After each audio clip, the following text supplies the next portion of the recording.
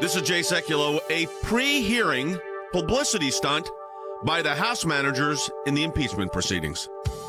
Live from Washington, D.C., Jay Sekulow Live. Phone lines are open for your questions right now. Call 1-800-684-3110. That's 1-800-684-3110. And now, Chief Counsel for the American Center for Law and Justice, Jay Sekulow. Hi, everybody. Welcome to the broadcast. This is going to be a very interesting week coming up. Of course, we've got the political trial. That's what I'm calling it, rather than calling it an impeachment trial of the former president of the United States. Not the president, a president, which raises very serious constitutional issues. We're going to get into that. We're also going to talk about a pro-life case that we have that's going on. That's going to be going to trial in April or May, so we've got that going on. I told you yesterday we've got two new cases, one involving a Freedom of Information Act request regarding Eric Swalwell and this Chinese spy scandal, so that's going on. So we've got a lot of that going on, and of course in the middle of all of this, what do we end up with? Well, we end up with a letter from Jamie Raskin, the congressman who is the lead impeachment manager, addressed to the president. And it says, as you are aware, the United States House of Representatives have approved an article of impeachment against you for incitement of insurrection. 2 days ago, you filed an answer in which you denied many factual allegations.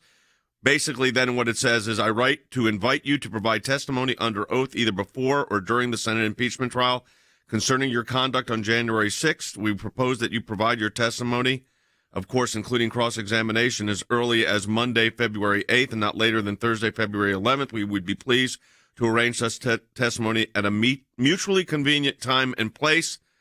And then they talk about if you decline this invitation, we reserve all rights and responses. Now, the president's counsel, David Schoen and Bruce Castor, responded, we're in receipt of your letter, the latest publicity relations stunt, that's what they call it. As you certainly know, there is no such thing as a negative inference in this unconstitutional proceeding. They're saying if you don't come up, it's going to be it's like a negative inference, like you're admitting it. Your letter confirms what is known to everyone. You cannot prove your allegations against the 45th president of the United States, who is now a private citizen, which I think is going to be the pivotal decision in all of this. The use of our Constitution to bring a purported impeachment proceeding is much too serious to try to play these games. Sincerely, Bruce Castor. Jordan, your reaction? Yeah, I think the reaction is exactly right by Bruce Castor and by the president's attorneys for this impeachment, is that what the House managers have tried to do here is pull yet another stunt. Oh, former President Trump, come in. Now, we don't even know about agreement on witnesses, Dad. We know how key that is, and we could get into that discussion in the broadcast, but they haven't even agreed to do that. And usually they have to take a vote on whether or not they're going to allow witnesses. That would, of course, include this case of this. They don't have subpoena power at this point because they have no power to call witnesses. So this is a complete stunt. And then to try and pull some negative inference and try to use civil law, which is when you take the Fifth Amendment in a civil case where you can do that. But here, this is a unconstitutional impeachment where the president hasn't had to assert anything yet. Right. So him just ignoring a lawyer's request doesn't infer a bit of anything. Andy, your reaction to this when we talked yesterday was strong, because the nature of trying to pull the president into this from a perspective of, in this case, a witness, when they haven't even agreed to witnesses yet, is pretty troubling. Well, it's very troubling, Jay. I mean, you're indicting essentially in an impeachment a president, or ex-president in this case, for high crimes and misdemeanors, which are criminal offenses, and then you're telling him to come and testify, which he has a right absolutely not to do. If I were the president, I wouldn't show up, and I wouldn't even have my counsel show up because it's an unconstitutional proceeding. And then you make the threat that if you don't show up, we're going to take a negative inference from the fact that you didn't appear. I thought Raskin was a professor of law and knew better. Apparently he doesn't. Well, I'll tell you what I think. I think that this is the beginning of what is going to be a charade next week. I don't like using the word charade in a legal brief, but in a radio broadcast, this is a political trial, folks. Understand what we're dealing with. It's politics. They make the law up as they go along. Now, we're going to let you know what we're doing on the legal issues. We've got a position paper we're going to release on Monday on this issue of constitutionality. We'll talk more about that when we come back from the break. Take your calls as well at 800-684-3110.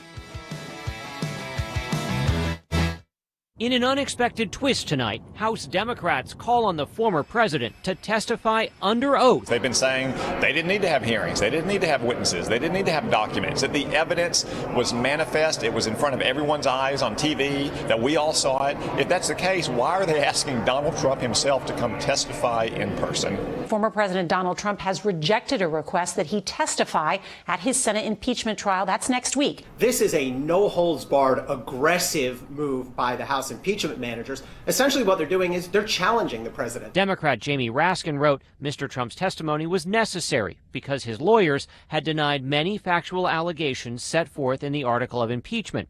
The Trump legal team dismissing it as a public relations stunt. Which prompted this response.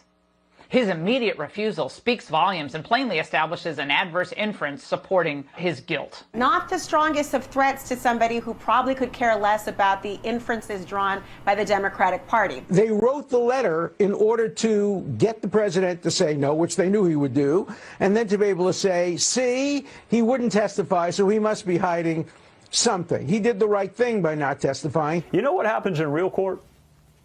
It's exactly the opposite. Prosecutors cannot comment on the silence of a defendant in real court, and if you do, not only will you lose your case, you might lose your law license. The brief that Jamie Raskin wrote said the First Amendment is not at all underlined relevant in an impeachment proceeding. In other words, you can use one part of the Constitution, impeachment, without being bound by the other part of the Constitution that says Congress shall make no law abridging the freedom of speech. I have to tell you, it's a C-minus brief. If he keeps it simple and simply allows his lawyers to argue that holding an impeachment trial of an ex-president is unconstitutional, he is virtually guaranteed to be acquitted. Hey, welcome back to the broadcast. Everyone, we're taking your calls at 800-684-3110, joined by Andy Economou, Senior Counsel, and Jordan Sekulow, Executive Director of the ACLJ. Professor Dershowitz talked about the brief that was filed by Jamie Raskin. He is the congressman that is the lead impeachment manager. Take a listen. And the brief that Jamie Raskin wrote said the First Amendment is not at all underlined relevant in an impeachment proceeding. In other words, you can use one part of the Constitution, impeachment, without being bound by the other part of the Constitution that says Congress shall make no law abridging the freedom of speech. I have to tell you, it's a C-minus brief with grade inflation. A C-minus brief with grade inflation. Andy, first of all, they're starting this proceeding off. First of all, the whole proceeding is ridiculous. It was a 2-hour hearing, if you want to call it that, in the House of Representatives. It was what we call a snap impeachment. And they're talking about impeaching a president. Now, we've got about a 40-page document we're going to release Monday that shows why the impeachment of a former president is unconstitutional.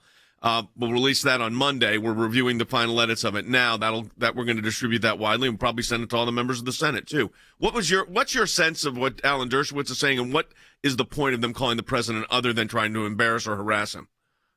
Well, Dershowitz is absolutely correct. You cannot pick and choose which parts of the Constitution you're going to enforce and use. The First Amendment gives us and ensures us the right of free speech.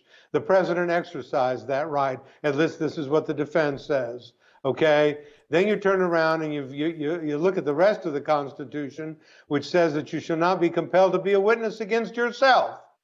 And what Raskin is doing, and as I said, I'm astounded because he says he was a former law professor, is you're taking the Constitution and you're ripping it apart into shreds and picking and choosing the pieces that you want to use. You're telling him that you want him to appear and testify. Okay, well, first of all, in a case that is quasi-criminal, which is what this is, high crimes and misdemeanors, you can't call the defendant as a witness. That's impermissible, and as somebody said, you can lose your law license. Trey Gowdy said that. You don't do that. And certainly in a criminal case, the fact that a defendant does not testify at an impeachment case, and I use that by analogy, Jay, the fact that he does not testify, you cannot draw any negative inference from the fact that he remains silent. He has the absolute right to remain silent. Putting all that together, all I come up with is this is a joke.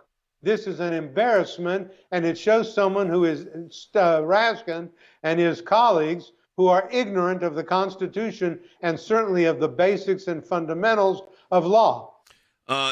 Jordan, they put in there, if you decline this invitation, we reserve any and all rights, including the rights to establish a trial, that your refusal to testify supports a strong adverse inference regarding your actions. You already said that would be inappropriate here, which it clearly would be. Well, but they haven't even been able to call witnesses yet. It's inappropriate in a civil trial. So Andy was talking about it. In a criminal trial, you can't be forced to testify, and taking the fifth is not an inference of guilt because of our U.S. Constitution. But in a civil trial, taking the fifth is only an inference then in a civil matter.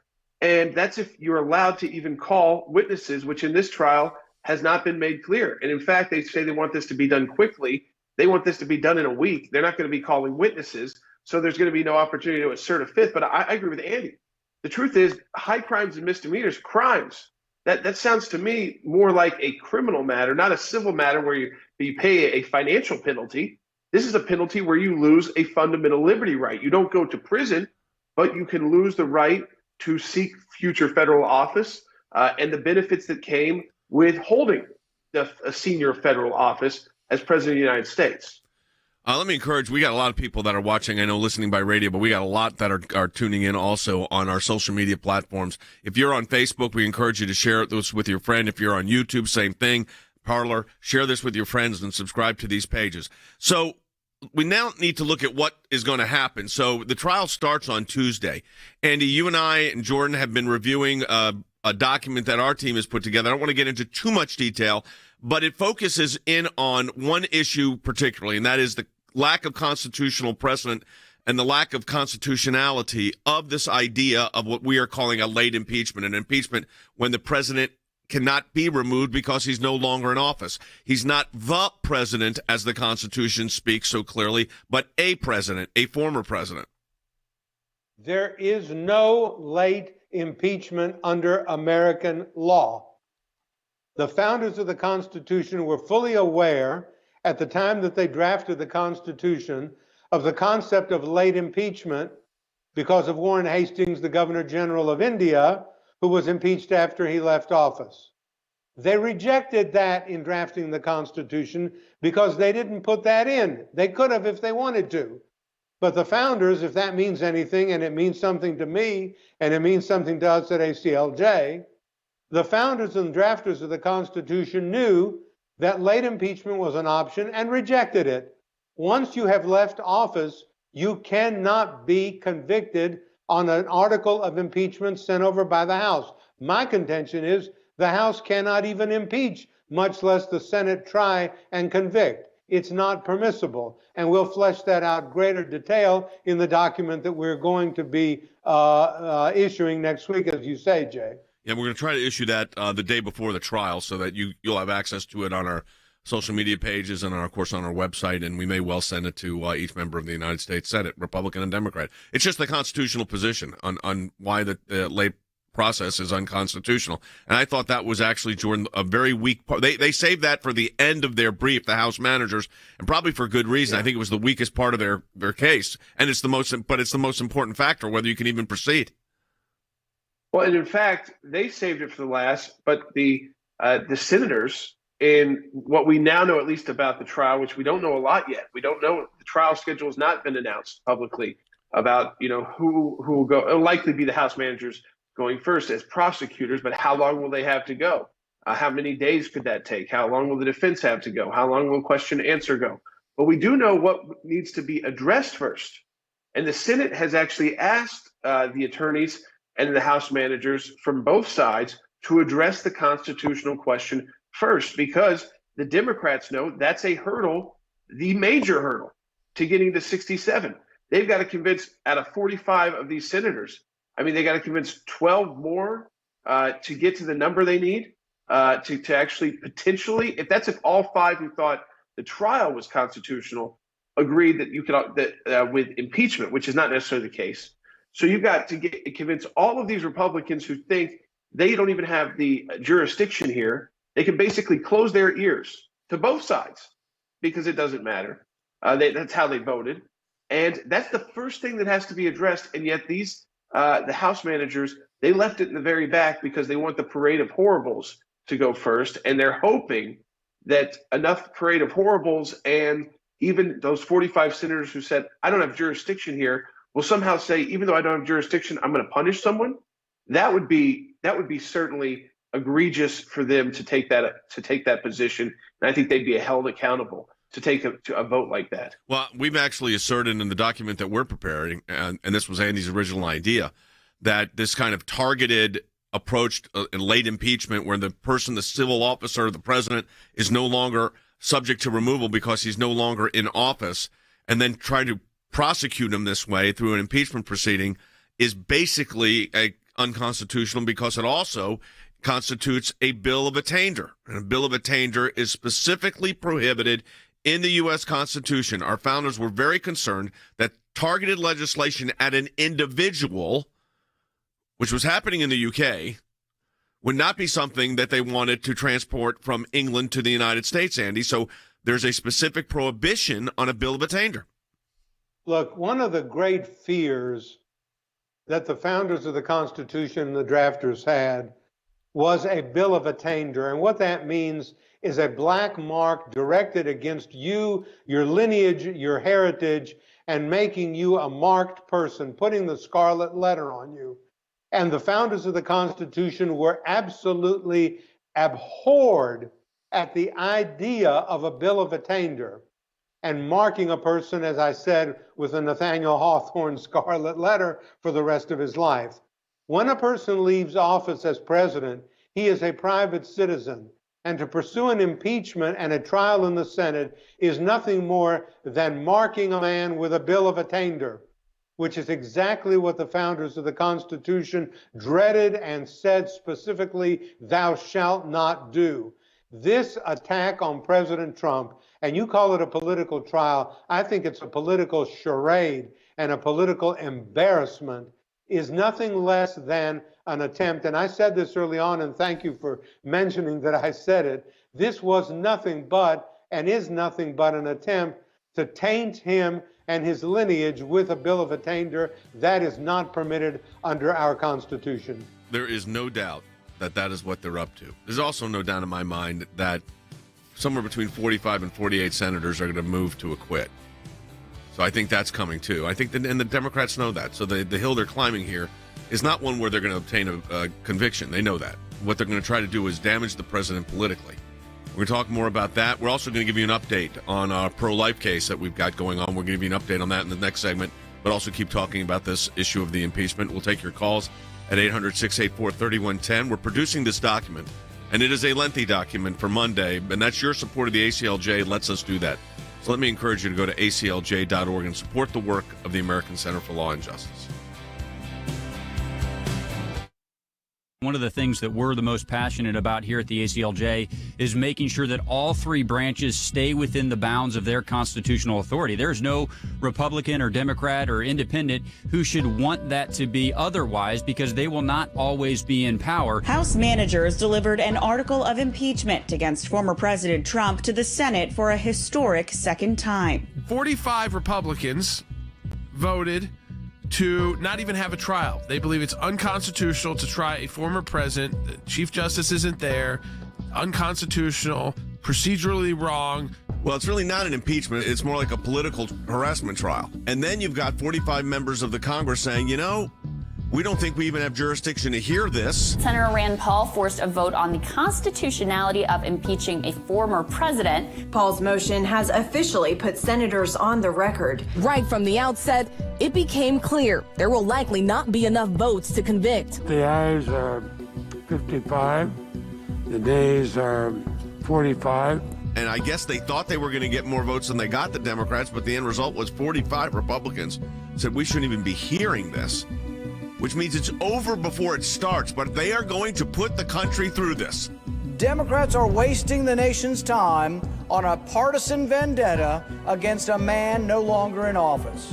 We launched a brand new petition, Stop the Unconstitutional Impeachment Trial in the Senate. The radical left is conducting an unconstitutional impeachment of a former president. There's nothing in the Constitution that allows the Senate to do this.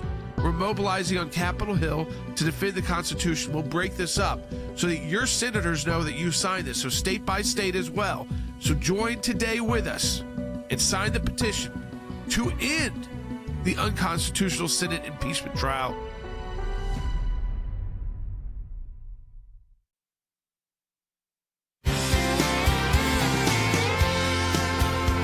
welcome back to the broadcast, everyone. Taking your calls at 800-684-3110. 229,771 of you have signed on to our petition calling for this impeachment trial to be unconstitutional.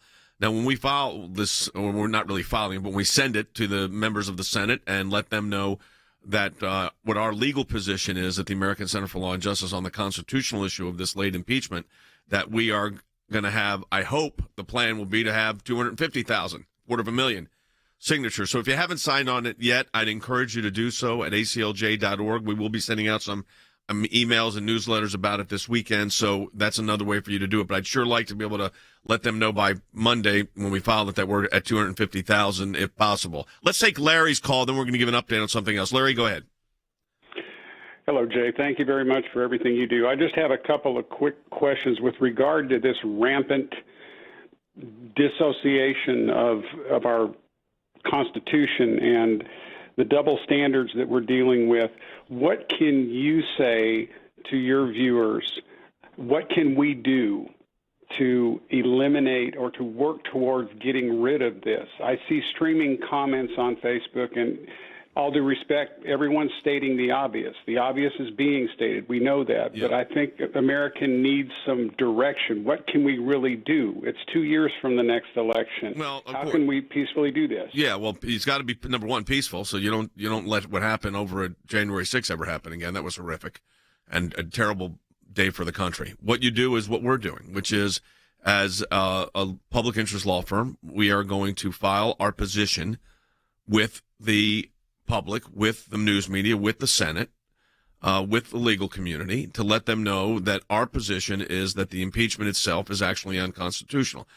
And we're also having a petition. Now, that petition is covered by the First Amendment. You have the right to petition a government for the redress of a grievance. This is, Jordan, a redress of a grievance. And the grievance is that a petition is taking place of a person who is a private citizen. Absolutely. And, I feel like a lot of Americans, feel of those 75 million Americans who voted for President Trump, that this is an impeachment of us. It's an attempt to cancel all of us and to tarnish all of us, like a bill of attainder, but more than on just President Trump, but for any of his supporters and for all of those Republicans in the House and the Senate who supported President Trump in his reelection. It's to tarnish them as well. And so it's totally political, but it's not constitutional, and we're going to make that position known in a very thorough way. We're going to be doing it in the media. I've got 2 interviews after this show today. On Monday, I already have 5 scheduled from the morning till evening. Same thing goes on Tuesday. We're going to be taking a very active role in defending the president in the media, in the court of public opinion, where most people will get their information from during this trial, which will, even if it's short, Dad, as we know, takes hours at a time to go through information, and it gets very, very tedious and repetitive, especially on the House side, because all of those House managers want their 15 minutes of fame. So it's their 15 minutes of fame, and it's like the same thing over and over. It's nasty. It's partisan. But what we can do is break down the truth for people. Yep. And the truth is, this is getting close to kangaroo court status. As that letter pointed out by David Schoen, Chief Justice Roberts isn't even there. This isn't an impeachment trial of a president. Andy, we've said that a lot. The fact that and we say that in our document, that the Chief Justice is not presiding says everything. So what is this a trial of? I mean, the Chief Justice presides when it's the president. Oh, so they say, the Senate says, well, he refused to do that, so it's not a trial of the president, it's the trial of a president, a former president. You look in the text of the Constitution, and it just doesn't say you can do that. No, as a matter of fact, the Constitution very clearly says that in the impeachment of a president, the Chief Justice of the United States presides. Chief Justice Roberts correctly said, I don't want any part of what you're doing. Leave me out of it. You go and do your own thing. He didn't say it in these words, but the inference that he made is very clear by not appearing and saying, I'm not presiding, this is a political charade. It's an affront to kangaroo courts everywhere, in my opinion, because the Chief Justice is saying, I don't want any part of it. So what they do, they drag Patrick Leahy, the President Pro Tem of the Senate, and they anoint him as the de facto Chief Justice, and they put him up there, and they put him as presiding officer, who has no neutrality in this thing whatsoever. He is one of the most partisan of all the Democrat senators. Not that any of them could preside over a trial. In my view, judges have to be neutral and impartial. He is not. But it shows very clearly that it may be a lot of things, but one thing it ain't. And it ain't an impeachment trial, in my opinion. Well, I want to change topic for a moment here and talk about what is going to be a trial, and that's a trial on the pro-life cause. And I want to keep you posted on that. The other ACLJ work. Jeff Surtees is senior counsel for the ACLJ. Jeff, you're working on a trial. Let's talk about what this is and what's at stake. That's right, Jay. Yeah, just about over 5 years ago, we sued the city of Englewood, New Jersey, challenging its buffer zone law that effectively suppresses the right of sidewalk counselors to speak with women accessing the largest abortion clinic in the city. And because of the wording of that law and the manner in which it applies at this specific abortion clinic where our client attempts to counsel women contemplating abortion, the city has basically shut down the entirety of the public sidewalk right outside that clinic. So in order for sidewalk counselors such as our client, Gerald Turco, to speak with women going into the clinic, they have to navigate these various buffer zones, avoid traffic on the adjoining street, get past the clinic's escorts, who do everything they can to drown out our client's pro-life message. And, as our client actually testified during her deposition in this case, it's like going through an obstacle course. And this hindrance, this burden on her free speech rights, just continues to this very day. We actually won this case at the district court on summary judgment. And then the city appealed, and because of, well, how shall we say, an ideologically unfriendly panel, to put it that way, the Third Circuit Court of Appeals sent the case back to the trial court to resolve issues of fact.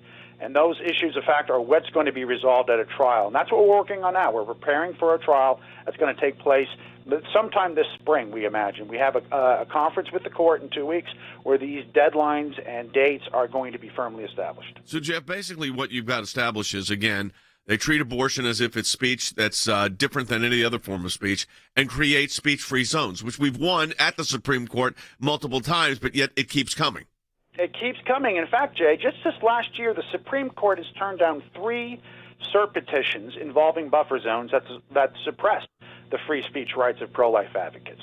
This court has done this even though, as Justice Clarence Thomas recently observed in one of these cert petitions, that there are glaring problems with the Supreme Court's free speech jurisprudence in this area. So while we fully expect to prevail at trial in this case, and if need be at the Court of Appeals, we're fully prepared to take this case all the way to the Supreme Court if necessary. There is no abortion exception to the First Amendment, and the Supreme Court, once and for all, needs to say so. Absolutely right, Jeff. Thanks for the update on that. So whether it's giving a legal position on something as significant as a Senate impeachment of a former president, which I still can't even believe I'm having to say those words, or whether it's defending the right to speak out against abortion on a public area, the American Center for Law and Justice is there front and center. And your support of the ACLJ makes that all possible. So let me encourage you to go to aclj.org, that's aclj.org, and have your voice heard. It's critical that we hear from you, and it's critical that you support the work of the ACLJ. We encourage you to do that. Also, stay engaged with us on social media. That includes Facebook. That includes, of course, YouTube, where we just launched a new channel. Also, we're on Rumble and other social media platforms, including Periscope and others. We encourage you to do that. Again, support the work of the ACLJ. We're here for another half hour. If you don't get the whole hour of the program, just go over to one of those platforms or aclj.org. We're talking there.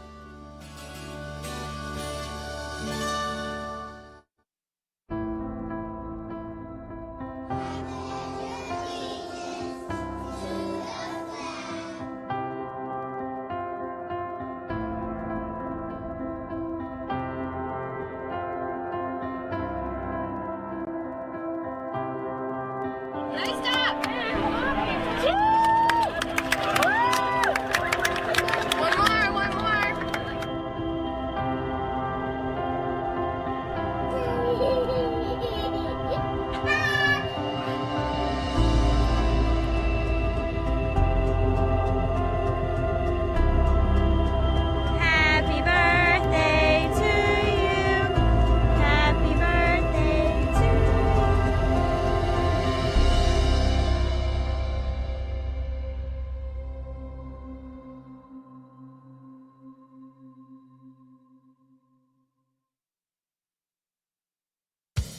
Live from Washington, D.C., Jay Sekulow Live. And now, Chief Counsel for the American Center for Law and Justice, Jay Sekulow. All right, welcome to the broadcast, everyone. As we're talking about in the first half hour of the program, we've got a little pretrial fireworks of sorts. I mean, not really fireworks, but a pretrial show, if you will, on this impeachment. Now, our view, and you're going to see it fully vetted Monday, where we're going to issue a document that's probably 35 or 40 pages by the time we're done with it, points out that this impeachment of a former president is completely unconstitutional and unprecedented and dangerous. What's the limiting principle of all this, by the way? You just go back and impeach the president? You impeach president with all the movements that are going on right now and the cancellation culture. I mean, you got to be very careful about this, and legal precedents are important. And the idea that here you can impeach a former president, a president, not the president, the idea with impeachment is to remove the person.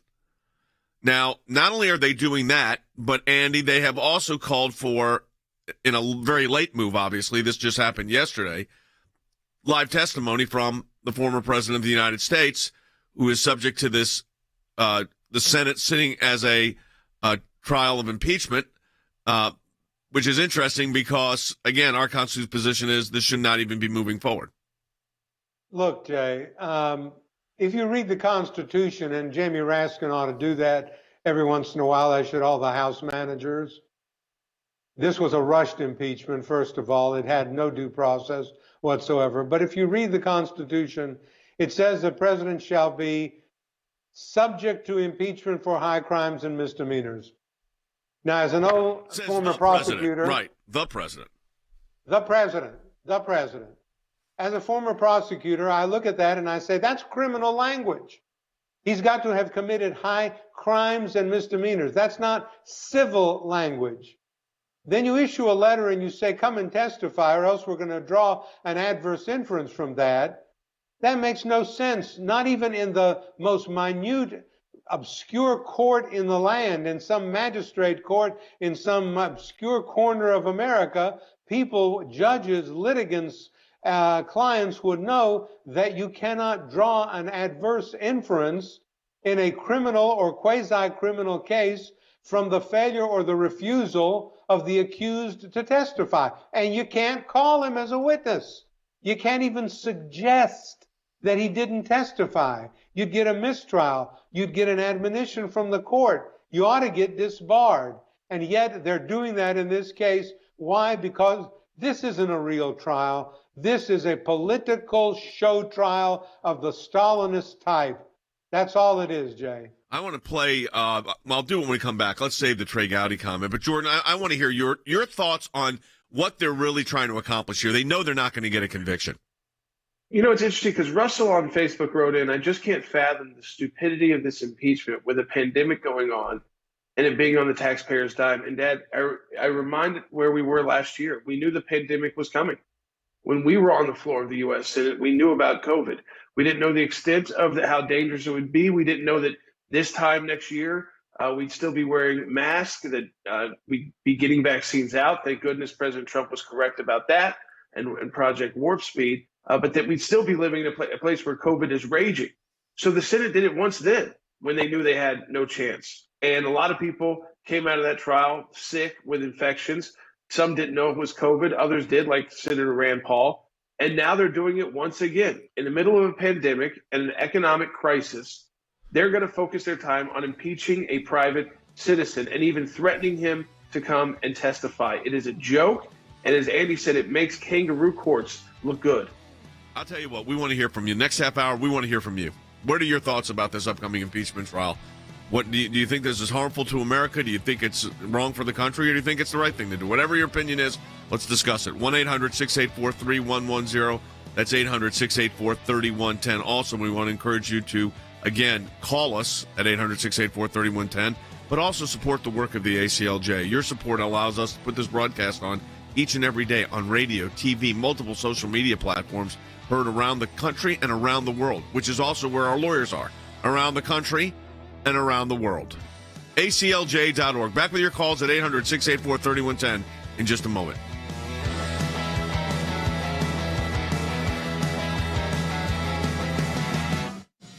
One of the things that we're the most passionate about here at the ACLJ is making sure that all three branches stay within the bounds of their constitutional authority. There's no Republican or Democrat or independent who should want that to be otherwise, because they will not always be in power. House managers delivered an article of impeachment against former President Trump to the Senate for a historic second time. 45 Republicans voted to not even have a trial. They believe it's unconstitutional to try a former president. The Chief Justice isn't there. Unconstitutional, procedurally wrong.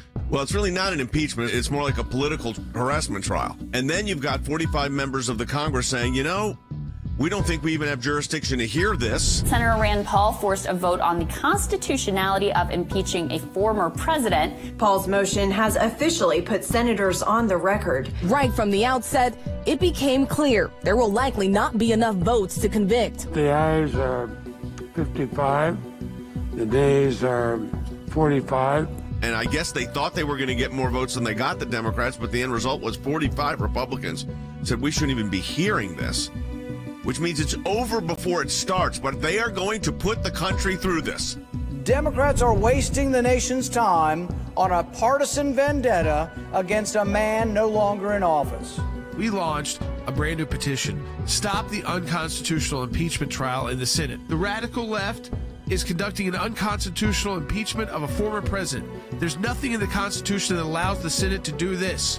We're mobilizing on Capitol Hill to defend the Constitution. We'll break this up so that your senators know that you signed this, so state by state as well. So join today with us and sign the petition to end the unconstitutional Senate impeachment trial.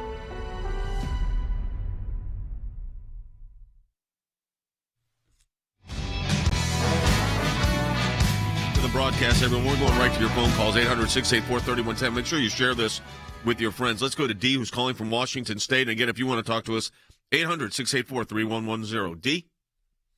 Hi, thanks for taking my call. I just want to know, why do we keep saying acquitted? It seems to legitimize this process. Are we going to have to go through this crazy thing once it's been proven illegitimate? Yes. To give you the direct answer, they're going to have there's an argument that they shouldn't have a trial, but that is really not what's before them. The jurisdictional issue, they could decide it on a motion to dismiss, but you'd have to have 51 votes, and those votes are not there.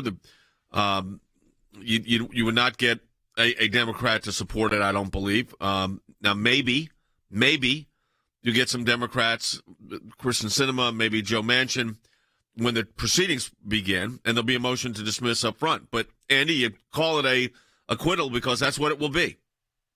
Yeah, it will be an acquittal, and it ought to be an acquittal because there is no jurisdiction. Look, just so that you know, jurisdiction is the power to say. That's the Latin juris dicere, the power to say. No court can do anything before it examines whether it has the power to adjudicate and to give ear to what is going intended to happen. In other words, a court has got to determine its jurisdiction first. And only 5 Republican senators defected from the overwhelming majority, which said, we don't even have a business being here. You don't have jurisdiction to say anything. But this doesn't mean that the political trial will not go on, because the Republicans are in the minority now because of the fact that it's a 50-50 split with Kamala Harris as the presiding officer, who exercised that authority the other day, by the way, in connection with the $1.9 trillion Rescue America package for the very first time. So that shows that the power is in the Democrats to go forward, and regardless of the fact that I don't believe there's any jurisdiction to try this case, they're going to do it. Jordan, politically, what are they trying to get out of it, the Democrats here? Damage the president. They hope to, again, divide the Republican Party. They are nervous not only that he could run again in the next presidential election, but that he will have a significant role to play in the midterm election. So to do anything possible to damage him in the eyes of the American people who maybe, they're probably like at this point saying, please God, just enough of this.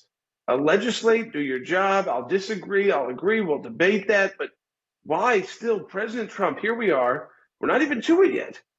February 9th, 9th, we're going to begin a trial putting former President Donald Trump back in the spotlight as the number one news item instead of the American people, COVID plans, vaccine plans, COVID relief plans, how to get that money distributed. Instead of that, and getting the rest of the cabinet confirmed and other legislation, instead of that, we're putting President Trump front and center yet again. And I think the Democrats think that this constant, they did it once, they're going to do it again. They're trying to tarnish him as much as possible, and hope. And their big hope is that somehow, with their parade of horribles, that they will show all this video that he has nothing to do with, but they'll show all this video of people doing bad things in the Capitol. That 45 senators, enough of those senators who said we shouldn't even be here, will have some change of heart and said, you know, this unconstitutional trial, it is constitutional now because I don't like what I saw. Now, that would be a very bizarre reasoning and wrong, but that they possibly could get to the point where they could bar him from future office. Like Andy said, this bill of attainder idea and the constant harassment of this president since before he took the oath of office and since he left the White House.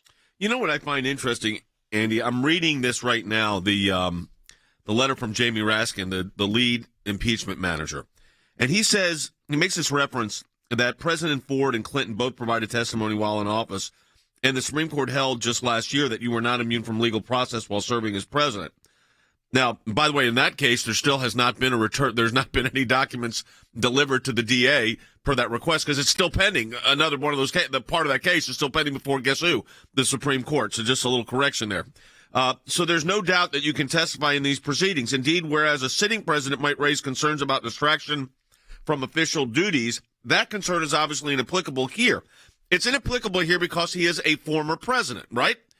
A former president is not I go back to that, is not the president. Thus, in their own letter, they're acknowledging basically the unconstitutionality of what they're doing.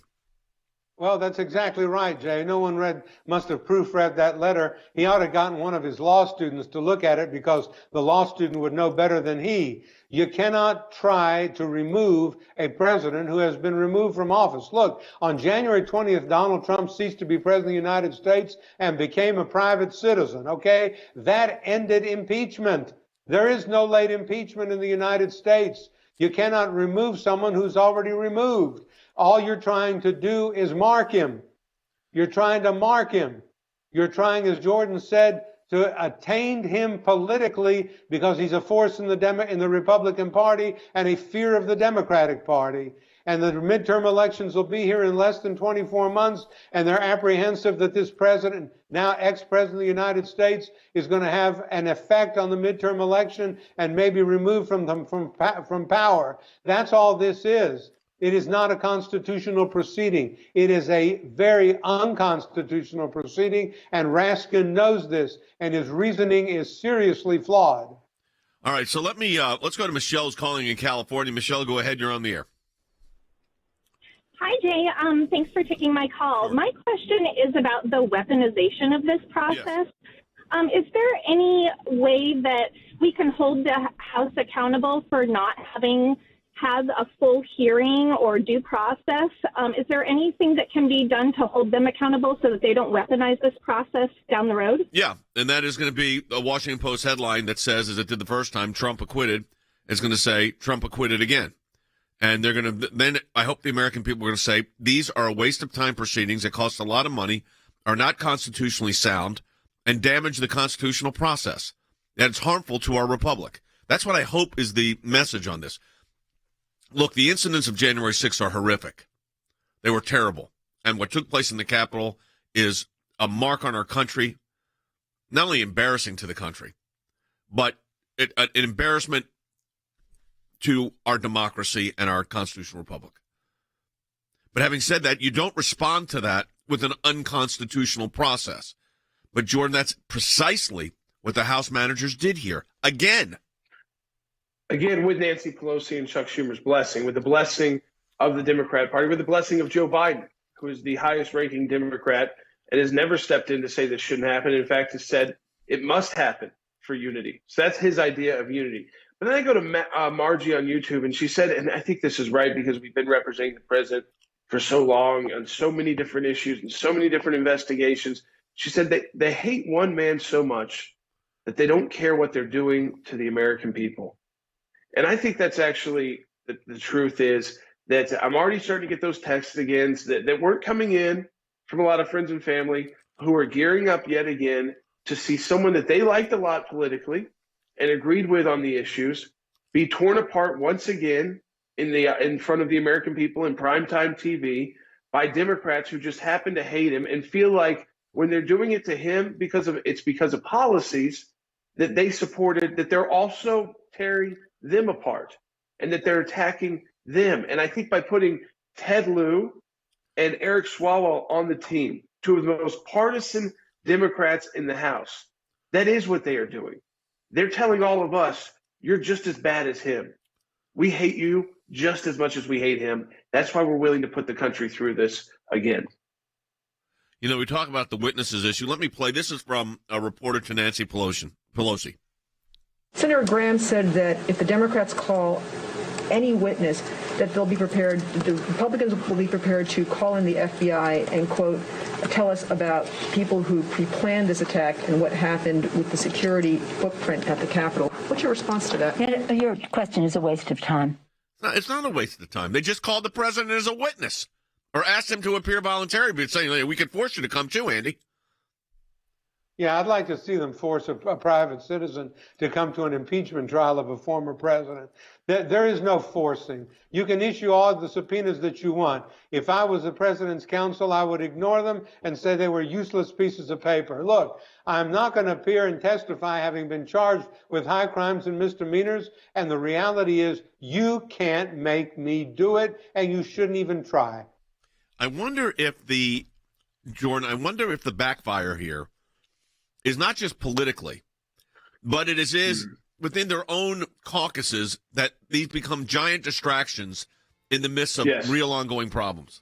And the caucuses themselves say stop. It doesn't necessarily mean that they're going to vote the right way. So, you know, we push a lot on Joe Manchin. Doesn't mean he's going to vote. He didn't vote to declare that this was unconstitutional.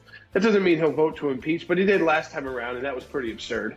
So I would imagine this time around he'll follow in with party line, but I don't want to predict, and some others. But the truth is, I think the Democrats look worse now than they did even in the last impeachment, because this is just rehashing the past, and no one likes doing that with their taxpayer money and their elected officials. 100% right. We're taking your calls at 800-684-3110. Last segment. Right ahead.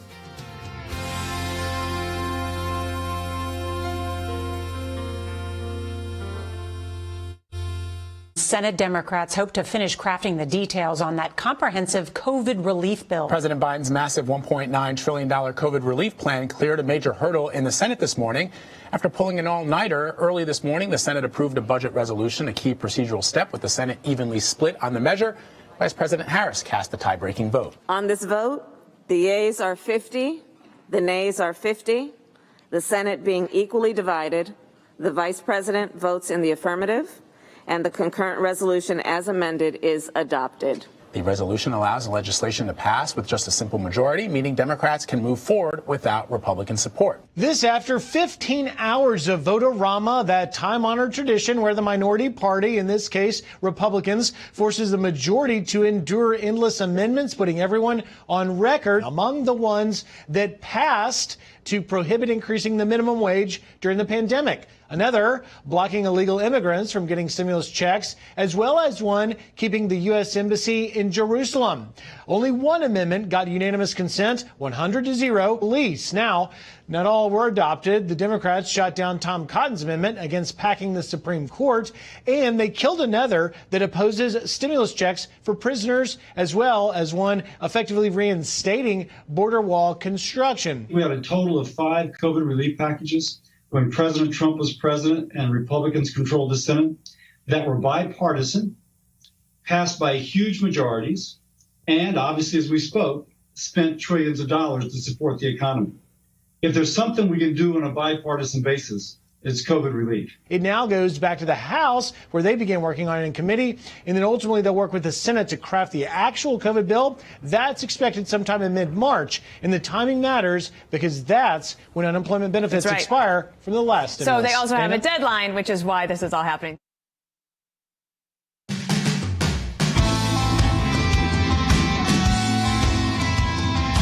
let me give you an interesting couple of developments here for the last segment of the broadcast. So as we mentioned, they passed the COVID relief by a tie-breaking vote. The vice president broke the tie. So the Senate version that has the money going to illegal immigrants, that has the $1.9 trillion, end up passing.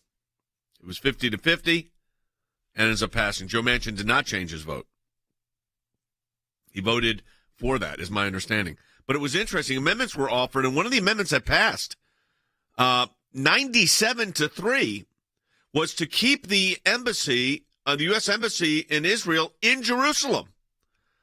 Now, that is significant. The three votes that were against, I'm looking those up. Will was sending those to me. There are three votes against that, and that was Bernie Sanders. Come on, Bernie. Elizabeth Warren and Tom Cole. 97 other Republicans and Democrats voted to keep the embassy in Jerusalem. A lasting legacy, Andy, of the president.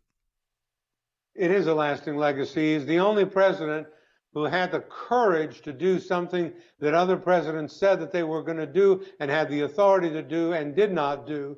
We were there, Jay, when we saw the opening of the embassy. It was a historic event.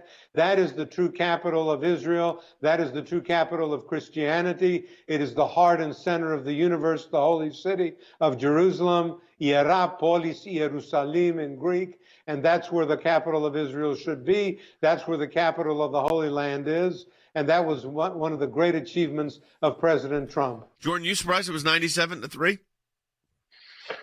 I'm a little bit surprised it was 97-3. I'm surprised more Democrats didn't flex some, at least knowing that it probably would pass, because I think it was universally enjoyed. They liked the fact this was finally done and that they didn't have to do it, that Donald Trump did it.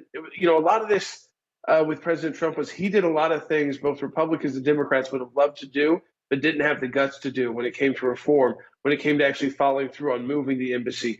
And so to me, that's heartening when it shows the support for Israel when it comes to Jerusalem as its capital. That is something that's been litigated. Can it be on passports? I mean, it's just and no longer will that be the case now. So I think that is something very good. I want to go to the phones, though. Linda in Pennsylvania on line one. Linda, welcome to Seculo. You're on the air. Thank you. Hi, Jay and Jordan. I have a question, and not so much about the impeachment and the trial, but my question is about censure. I've heard things on the news about Congress in the future trying to censure our president, our former president, and I'm wondering if that would stop Donald Trump from being able to hold public office in the future.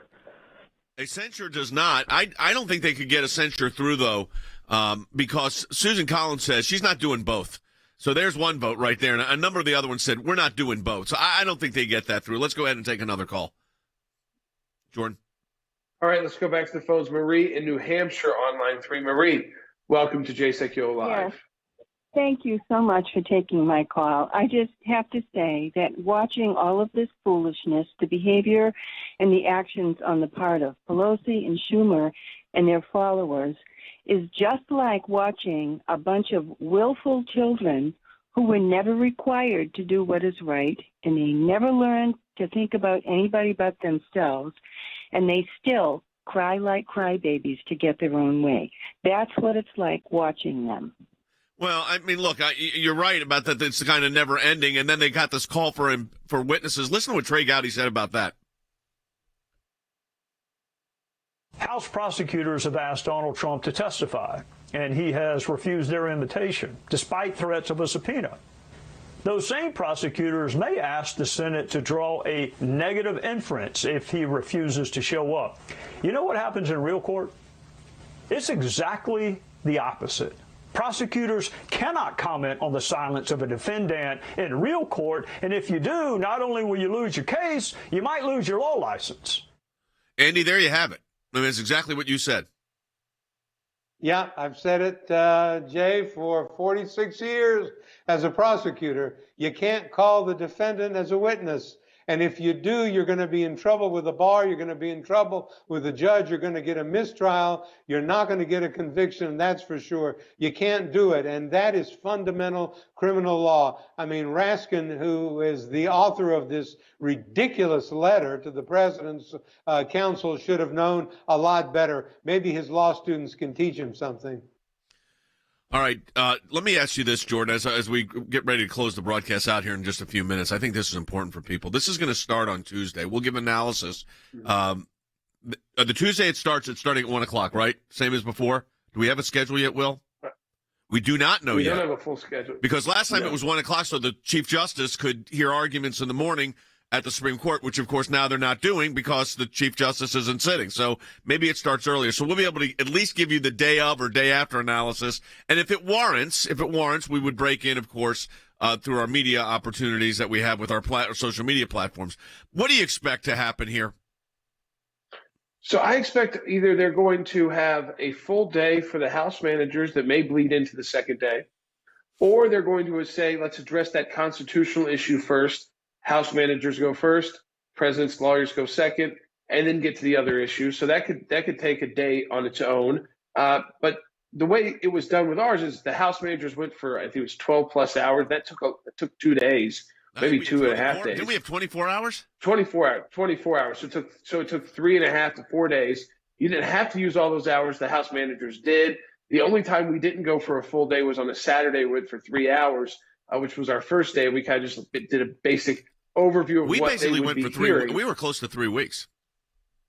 Yes, and what we're hearing is that the Senate Democrats have no intention of this going on for longer than a week. That means no witnesses. That means they're not even going to have an opportunity to try and call to subpoena President Trump. They won't even have that opportunity if they vote for no witnesses, which is where most Democrats want this done in a week. Can't get it done in a week if you have witnesses. Andy, your expectation is going to be, it'll be an ugly couple of days because they're going to show that horrific video. They're going to blame the president for it. But at the end of it, in the beginning of it, there'll be motions on jurisdiction. But at the end of it, you think that jurisdictional issue will persuade the 45 and maybe even more that they got to acquit? Yes, I do. I think the jurisdictional issue is mandatory to address. I think that it's important, and I think that there will be an acquittal. I think there will be a substantive acquittal, but there certainly will be a vote to find that there was no jurisdiction. Some may find, as they did in the case of Secretary Belknap, well, I think he's guilty, but we don't have jurisdiction. That's always a possibility. My feeling is this is a political show trial, and the ex-president of the United States is going to be acquitted again. The former president being brought up on impeachment trials, when impeachment is done and brought to bear, to remove and then disqualify if the vote is there to do that. Remove and, not or. It's remove and. You can't remove somebody that's not there. The founders knew exactly what they were writing. And our brief that we're going to have available for you Monday for the public and to hopefully enlighten the Senate will lay that out. Again, it's not on behalf of a party to this proceeding. It's the ACLJ's official constitutional legal position being reviewed by our senior counsels right now. It's a very, very good document. It'll be fantastic by Monday, and I think it'll be worth reading so you understand the history of what's on here. Again, support the work of the ACLJ. You can do that by going to aclj.org, and make sure you sign up for all of our social media platforms so you stay engaged and stay informed, especially next week as news may break.